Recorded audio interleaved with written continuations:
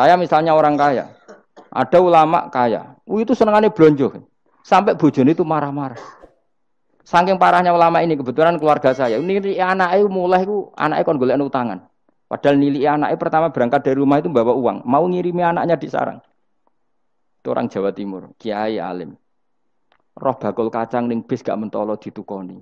Roh bakul mainan saake wong tuwek Pak ditukoni. Walhasil tok sarang duwe entek. Tapi gowo mainan, gowo kacang putu-putu. Saake jare. Sama-sama belanja. Dekne niate nyebar rahmate Allah. Saya pernah ngalami itu meskipun tidak ada skala yang ekstrim itu. Saya sampai sekarang anak saya mulai TK, SD tak sangoni terus. Kadang beli jajan yang dia sama sekali gak doyan. Dulu ibunya yang marah sebelum ora dipangan kok dituku Gus. Ya masih ora dipangan bakule tetap seneng. Butuhe bakule ku payu ora kok dipangan ta ora. Tapi utek-utek medhit ngene kan pikirannya kan. Nek ora dipangan aja tuku ya sakake bakule ndonga supaya laris. Lah duit 5.000 bagi kita kan ndak penting wis bentek. Ben manfaati bakul-bakul. Karena orang kadang dikasih itu malu loh karena ndak diharga diri. Tapi kalau lewat jual beli kan senang. Ya banyak ulama yang gitu, boros tapi niatnya menyebar roh. Asal orang soleh itu baik-baik saja. Orang soleh melete, wah duitku akeh, tenang wae. Cara dohir melete, ternyata ngenakno sing dikai ben ora perasaan. Nah misalnya wong soleh terus sopan, duitku pas-pasan tak pangan sesuk wae ora ono, sing dikai ya sungkan le dul-dul. Maka wong soleh kudu melete ben sing dikai ora sungkan. Bar ngekek dhuwit wong 100.000. Lah iya lanjiran dhuwitmu akeh, ora iso tak hitung ning omah. Ijek karungan. Lah kok karungan piye? Dhuwit 1.000 kerja kok karung gak sak. Butuhe ngenakno sing digawe apa?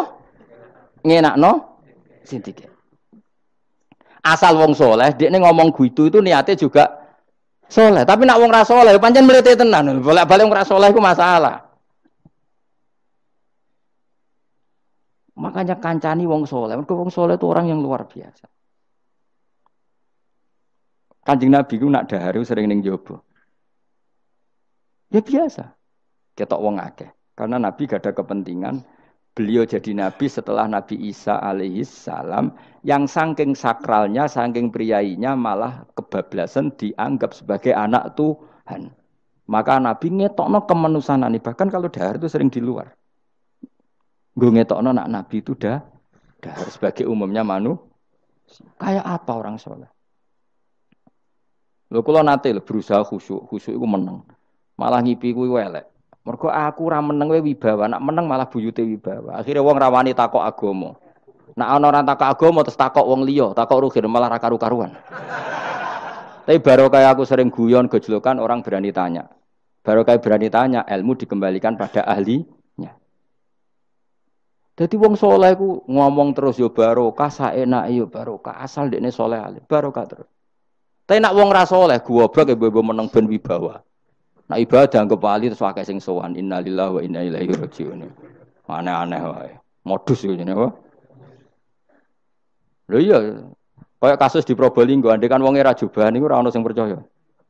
Dia dipercaya karena modus apa? Kesalehan. Umpama ndekne nganggo kathok seprapat terus pahpoh ning pasar, ayo aku bisa gadakan uang, percaya ta ora? Baru kayak jubahan ibu-ibu soleh. Maka sarana kesalehan ini kalau di mata orang enggak soleh, di tangan orang enggak soleh itu bahaya. Makanya kata ulama, kata Imam Haromen, kowe ora alim, urip biasa wae. Aja sampai kowe terlalu khusyuk terus nak ngomong dindel, padahal keliru ngomongmu iku. Mergo anti ilmu. Wes bener kok sampean ini bener. Ora alim sepeda motor ya sampai dangak-dangak sampai rokokan itu wis bener. Kowe nek bebo khusuk malah bahaya. Dikira ahlul ilmi jebule gloyor napa. Mulane kan pas mlete tak anggap pinter ini. Menutupi apa. Wis pokoke terusno dhewe. Jadi itu ada aturannya. Pokoknya yang penting itu soleh alim. Makanya saya berkali-kali cerita. Saya punya sanad sampai Sufyan bin Uyainah itu termasuk gurunya Imam Syafi'i. Ya gurunya Imam Syafi'i itu yang paling masyhur itu Muslim bin Khalid Az-Zanji ketika kecil. Beliau diajari sufi oleh Sufyan bin Uyainah. Kemudian ngaji hadis sama Imam Malik. Cuma di Indonesia yang terkenal beliau hanya muridnya siapa? Imam Malik. Sebenarnya dia ngaji lama itu malah sama Sufyan bin Uyainah. Sufyan bin Uyainah ini yang punya riwayat bahwa Nabi Isa dan Nabi Yahya pernah bertemu. Ketika bertemu di satu kampung, sing Nabi Isa tanya, "Aina sirarun nas?" Lalu rumahnya orang-orang fasik di mana? Sing Nabi Yahya selalu tanya, "Aina khiyarun nas?" Lalu rumahnya orang-orang baik di mana? Ini sama-sama Nabi dan sama-sama muda. Kita tahu Nabi Isa juga wa atainaul hukma napa? Sobia. Nabi Yahya ya Yahya khudil kitab bi quwwah wa atainaul hukma sobia. Nabi Yahya juga mulai cilik alim, Nabi Isa juga mulai cilik alim wa yukallimun nasa fil mahdi wa kahla. Ini sama-sama orang alim mulai kecil, hanya dua itu, Yahya dan siapa? Isa. Itu sezaman. Saya ulang lagi, sezaman. Sama-sama anaknya orang keren, Yahya bin Zakaria, anaknya Nabi. Isa bin Maryam adalah wali besar nasabnya. Akhirnya Nabi Isa yang mulai tanya, "Limada tas'al aina khiyarun nas?" Kenapa kamu tanya rumahnya orang-orang baik di mana? Kata Nabi Yahya, kumpul orang soleh itu enak, nyaman. Ya kan nyaman kan kumpul orang soleh, tidak ada narkoba, tidak ada kegaduhan, tidak ada berisik. Terus gantian Nabi Yahya tanya, "Limada tas'al aina sirarun nas?" Lalu kenapa Anda tanya di mana rumahnya orang-orang buruk? Terus kata Nabi Isa, "Anan Nabi, saya ini Nabi, biman zilatit tabib, ibarat dokter, udawil marto." Maka saya mengobati yang sakit. Kalau Anda seorang dokter, nyari sampling penyakit, nyari di endemik daerah penyakit apa daerah sehat? Penyakit. Ya tapi kalau kamu takut ketularan, nyari daerah sehat apa daerah berpenyakit? Itu sama-sama madhab dalam ilmu. Dulu itu ya biasa, perbedaan seperti itu biasa saja. Karena semuanya karena ilmu. Sekarang enggak, kubu sebelah ya ngotot, kubu sebelah ya dalile pokoknya. Mana ada ilmu dalile pokoknya? Pokoknya kunut itu gini, kalau enggak kunut gini. Memangnya Imam Syafi'i lahir tahun berapa? Kunut enggak kunut itu ada sebelum tahun 12 dan tahun 26. Gue eleng-eleng. Nak di vulgar roh jare vulgar. Nak iku ra paham bangetan. Maka orang-orang alim tahunya ya kunut dadak kunut itu al-khilaf baina madzhab Syafi'i wa madzhab Abi Hanifah. Sekarang tahu-tahu di zaman akhir jadi politik identitas. Kayak misalnya begini, tak contohkan lagi perdebatan. Pakai peci putih. Gus Naji itu putranya Mbah Mun, meyakini pakai peci putih sunat sehingga santrinya pakai peci putih. Mbah saya, Kiai Hamid Pasuruan juga pakai peci putih. Santri sebelah kiri semuanya pakai peci putih karena putih itu sunat, ya sudah pakai peci putih. Tapi kalau Mbah Mun itu santrinya enggak boleh pakai peci putih. Haram kata beliau. Kata beliau, "Cung kajine wong desa-desa nganti adol Tegal, adol sawah. Mbok saingi ketu 5.000." Kata beliau. Nglarakno atine wong dosa apa haram? Dosa, Mbah. Lah ya iku dosa, mulane haram. Sehingga takannya akan santri sarang semua. Enggak ada santrinya Mbah Mun pakai peci putih, kecuali yang sudah kaji. Karena pikiran beliau itu menyakiti orang katanya. Karena kajiannya adol Tegal disaingi 5.000. Tapi Mbah Mun sebagai orang alim yang membiarkan pondoknya Gus Naji pakai peci putih. Mbah Naji juga membiarkan ketika pondoknya Mbah Mun pakai hitam. Makanya saya keterusan peci. Saya itu sudah kaji, tapi karena saya mulai dulu nggak pernah pakai peci putih terus keterusan sampai sekarang. Tapi suatu saat aku juga nganggukan kan, entah kapan suatu saat. Jadi aku soal Nabi keturunan iri, keterusan diharamno terus kebablasan ini. Itu logika ijtihad. Sama misalnya khasnya ulama itu pakai jubah, pakai apa? Ya sudah itu khasnya ulama. Terus kayak misalnya neng parkiran macak ngono. Alasannya anut ulama. Kira-kira menyinggung orang apa ndak kira-kira?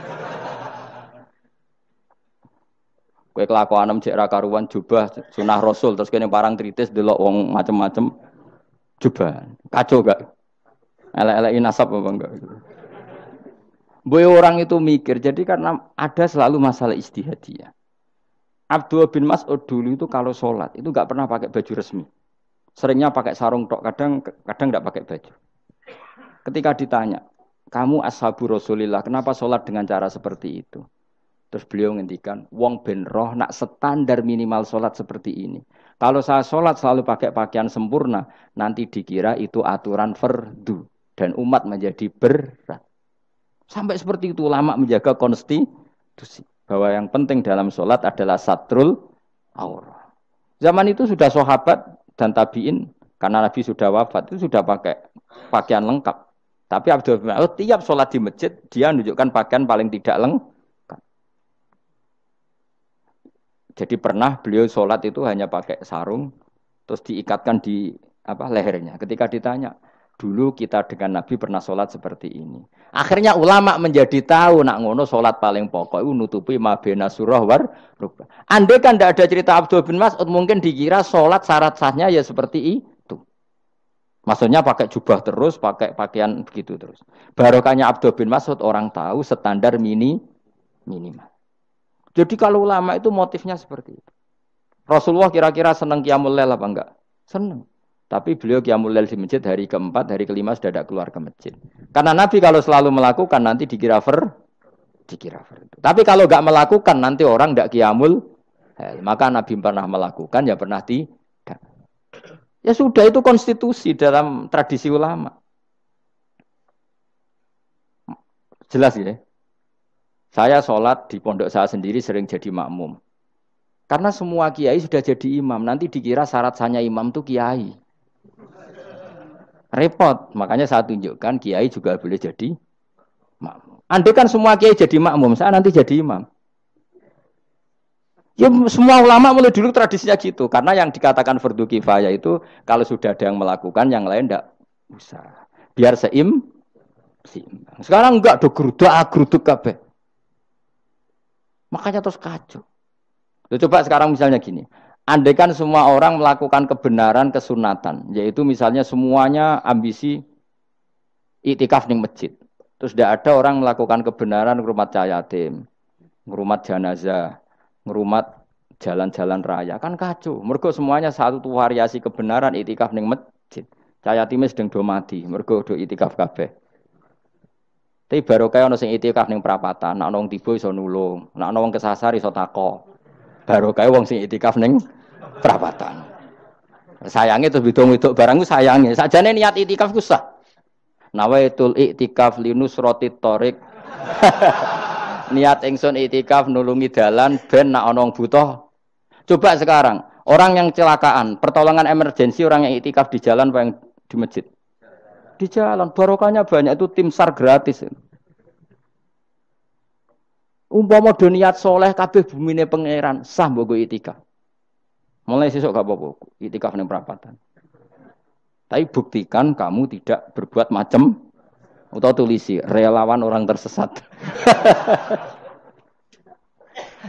Jadi ajane kebaikan itu ada di mana-mana. Makanya Nabi menyatakan kebaikan orang itikaf ya dikatakan Nabi baik. Orang yang jalan-jalan kemudian ada duri disingkirkan juga disifati Nabi orang baik. Orang yang rumah yatim disifati Nabi orang. Bahkan orang yang hubungan intim dengan istrinya sama Nabi ya disifati orang baik. Sampai sahabat tanya, masa urusan gitu dapat pahala ya Rasulullah? Loh iya, andai kan itu sama orang lain kan malah dosa. Berhubung sama istrinya maka dapat pahala. Kayak apa Nabi ngitung kebaikan sekian banyaknya. Tahu-tahu di zaman akhir kubunya saja yang baik. Ini apa-apaan? Ini kalau iskal deh. Yo mareni yo tobat. Kebaikan adalah sesuatu yang dikatakan Allah baik di kubu kita maupun di kubu sebelah. Mau kubu sebelah ya apa saja. Baik di partai kita maupun di partai sebelah. Maupun di ormas kita maupun ormas karena semua kebaikan otoritasnya di Allah Subhanahu. Ada nabi yang senengane ngurus wong fasik, Nabi Isa. Karena berpikiran nabi itu tabib, ya tabib itu yudawil mar untuk mengobati yang sah. Ada nabi kayak Nabi Yahya. Karena kalau orang kayak kamu tak suruh ngobati orang fasik, kira-kira katut ta sing fasik tobat. Cara rohin tak cul ngobati wong wayu, kira-kira sing katut sapa? Sing ayu dadi ngaji apa sing ngaji dadi. Ya ukur dhewe, nak ora kuat niru Nabi Yahya, nak kuat niru Nabi Isa. Tapi kowe ora nabi masalah. Ya sudah, yang penting roh ilmunya. Bahwa dulu itu biasa. Nah khilafnya ulama kira-kira seperti itu. Yang peci putih ya silahkan gue iling-ilingan, nak putih itu sunat. Tapi sing ireng, piye-piye kaji desa iku disaingi kedul 5.000 gak terima aja. Yakin deh bos. Nah saya ini mulai kecil di sarang. Tapi mertua saya itu keluarga Pasuruan. Jadi saya ya Lucunya saya kalau ngajar di Pasuruan pakai peci hitam. Sebagian santri separuh pakai peci hitam menghormati saya. Sebagian pakai putih menghormati kiainya. Jadi jadi saya lihat ini ya sepanjang sejarah kalau saya ngajar itu jadi warna-warni itu karena tadi saya kaget doh kok banyak yang pakai peci hitam. Menghormati jenengan yang putih masih banyak-banyak separuhan. Ya gak ada yang merencanakan ya alami saja. Nah, terus sampean bener di putih apa hitam? Putih apa hitam? Bebas. Karena tadi ini masalah nopo istihad.